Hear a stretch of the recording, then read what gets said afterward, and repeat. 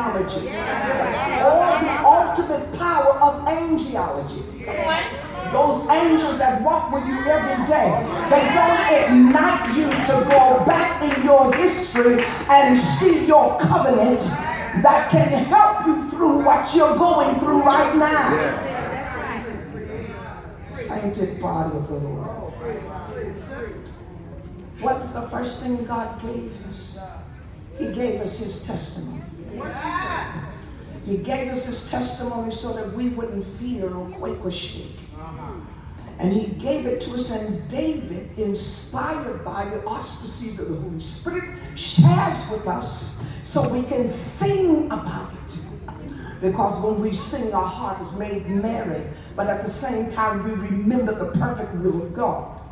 So what did he say in 19? In Psalm 19 and 7, he shares with us the law of the Lord.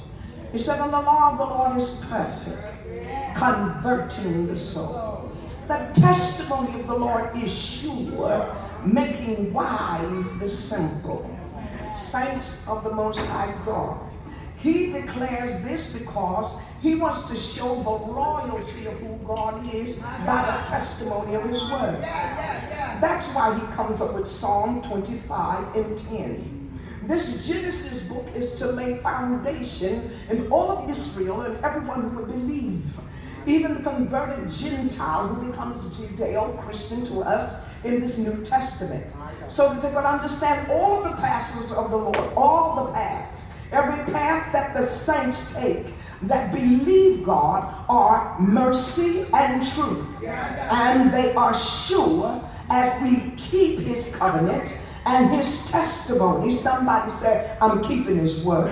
David goes on to say and to declare in Psalms 93 and 5. Say 93 and 5. That the testimonies are very sure of the Lord. Holiness becometh thine house, he says, O Lord, not just for today, but forever.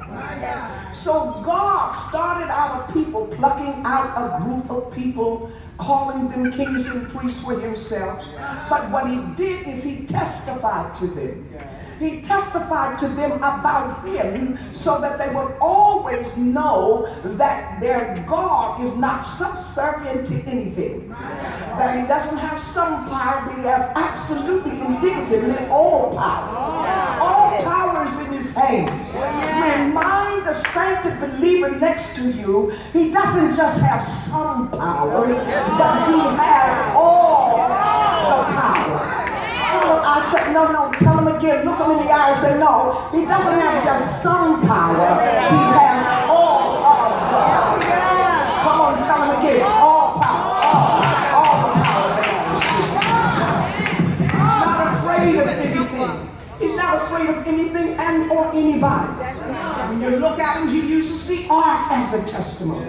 What does he call it in Exodus 39 and 35? He calls it the Ark of the Covenant. What is the covenant but the testimony of the Lord? Yes. What did the ark hold inside of it? The testimonies of God. He called them the testimonies of the Lord.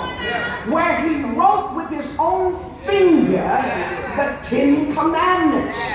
This was his testimony.